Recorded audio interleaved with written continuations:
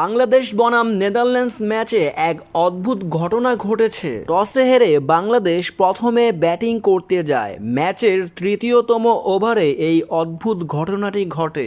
Opening batsman Tanzid Hasan Shakib ম্যাচের তৃতীয়তম ওভারের পঞ্চম বলে মারতে গিয়ে বল আটকে ফেলেন তার হেলমেটে। নেদারল্যান্ডসের বোলারের বল শূন্যে ভেসে তানজিদ হাসান সাকিবের হেলমেটে লেগে যায়। পরে তানজিদ হাসান সাকিব বল খুঁজতে থাকেন বলটি কোথায় গিয়েছে।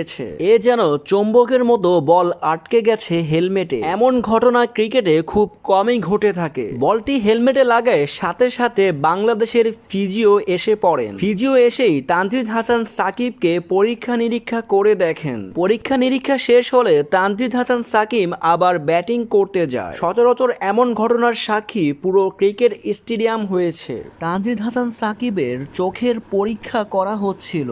ফিজিও তানজিদ হাসান সাকিবের পরীক্ষা করার পর বল গড়ায় মাঠে।